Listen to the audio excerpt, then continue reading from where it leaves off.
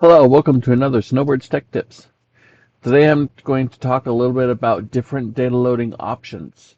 If you need to do any type of mass updating, mass loading, mass creating of records in your Salesforce system, there's a couple of different tools out there to do that. There's actually a lot of different tools out there to do that. So I'm going to talk about three specific ones that are pretty common among admins to use.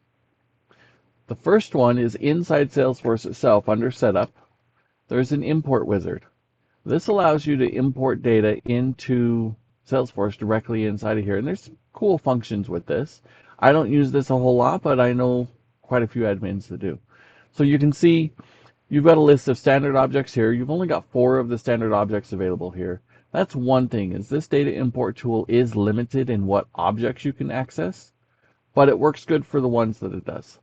So we've got some standard objects. You've also got some custom object options that you can load into. I'm going to, just as an example, do leads here. You'll see you've got add new records, update existing, or add and update existing records, which if you're versed in data loading, you know that as an upsert command. I'm going to choose add new. You've got a match by option here. So I'm going to say match by email, assign new leads, or lead source. There's some different options here. You can use assignment rules. There's this option down here. You'll see trigger workflow rules and processes. If you have flows and automation in your system, if you leave this unchecked, it'll just load your leads without running any of that. I have another video where we talk about a automation bypass setting and how to build that in. And then over here on the side, you can just drop in a CSV file. You can pull from Outlook, you can pull from Act, you can pull from Gmail. There's different options. I've got a file ready to go here of creating some new leads, so I'm just going to grab that and hit next. It's going to kind of read the file a little bit. And then you've got some field mapping here. So it wants to know how to map your file to the data in your system. You'll see I've got examples here. This is data out of my file that I gave it. And this is the field mapping that it's giving me. So here's my CSV header, and here's the field in Salesforce. So you see it already mapped things, but if there's something that's not mapped, you just hit change, and then you just tell it what you want to map that to. And then you just keep going, and when you're ready, you hit start import, and it will load your data into your system for you. So there's the data import wizard. It's pretty cool. It's got some good reporting down here to tell you what's been done, so you can kind of look at a history. You can see how many successes, how many errors, and things like that in here. Records processed, records failed, records retried. So you can see a bunch of cool data about your data load here. So there's one option, the data import wizard. Another option is the Salesforce Apex data loader. This is something you come into Setup, and you can download this right here, data loader. Let me get this open here. You can load this to Mac or Windows. It's a pretty nice tool. I've got it already set up here, so I'm going to show you real quick. I'm going to do an upsert this time since I already did an insert. It wants to know, are you doing production or a sandbox? And then it's going to want you to log in. Once you get logged in, it will ask you to allow or deny access to your instance under your username. Just click allow and it'll move on. And then you'll see login successful. Now we can move on. Now you get to choose what objects you want to go to, and you'll see this time I've got a lot more options for objects. And if I hit this right here, show all Salesforce objects, then I get even more. I have access to the shares, the partners, the clean info, the Apex classes, the triggers. There's a lot of things that the data loader has access to. In this case, we're going to do the same thing we did before. I'm going to go ahead and go grab my sample file and hit next. It's going to read the file and tell me how many records it found. Now this is nice actually to pay attention to. Sometimes I know I've got maybe 10 items in my record, but when I run this, then it'll come up and tell me that I've got 50 records that it found. And what that means is that it read blank lines in your CSV file. So you want to open your CSV file and delete any blank lines that are on it. So pay attention to that because that can actually save you a lot of headaches as well. Okay, so I'm doing an upsert, so it wants to know what field do I want to use to match my record. So the upsert is going to look at the system and see, do I already have this record? And if I have it, then I'm going to run an update. If I don't have it, I'm going to run a create. But it wants to know what field am I using to make that match.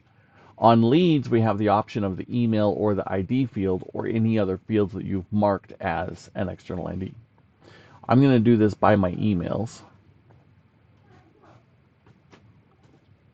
And I'm going to leave that for now. And then I have my data mapping. So I'm going to go to create or edit map. And you can use the auto match. And if your column headings match the field names, it'll automatically find them.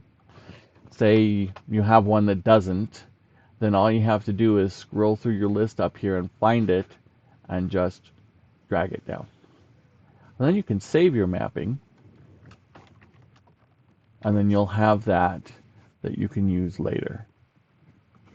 And that's where the choose existing map comes in, is I can come in here and say, okay, grab that existing map. And then this last piece is the logs. It wants to know where to save the logs when it's done data loading. So just choose something, a folder on your hard drive somewhere to save the data load logs, and then hit finish and let it run. Depending on how many records you're doing, I'm only doing 2, so it goes really quick. But it may take a little bit, and it'll bring up a window and show you, as it goes through, it'll show you the batches as they complete. If you have any errors, you'll be able to hit view errors and you'll see on screen, or you can go to those logs that it downloaded. So that's the Apex Data Loader. It's a pretty good tool. I use it about a quarter of the time for different things, depending on what I'm loading. One other that I want to show is a third-party tool called Skyvia. This is a really awesome tool that I was actually shown by a customer, and I've been using it ever since. There is a free version to this, so go ahead and load it up and play with it, and I'll show you how to do that. So I'm going to go to sign up, and I'm going to sign up with my Salesforce login, which makes it really handy. And when you do that, it's going to bring you out to your Salesforce login screen, so you'll log in there, allow access. Once you get signed in, it just wants a little bit of information to create your account. And you can skip a bunch of this setup as well. And there you go. All right, so let me kind of walk you through Skyvia's interface just a little bit here. You've got connections, which is connections to different platforms, which I'll show you. Skyvia is a very flexible platform. They have connections into a lot of different systems. It makes it very versatile. I've actually been able to use this platform as an integration tool, not just a data loader. So let's create a connection. So I'm going to go to New and create a connection. And you'll see, like I said, they have connections into a lot of platforms. This is not just a Salesforce data load tool. This is a very powerful tool. You can scroll through, or you can type in the filter up here to find what you want. So I'm going to select Salesforce. I'm going to a production org, so I'm going to give it a name.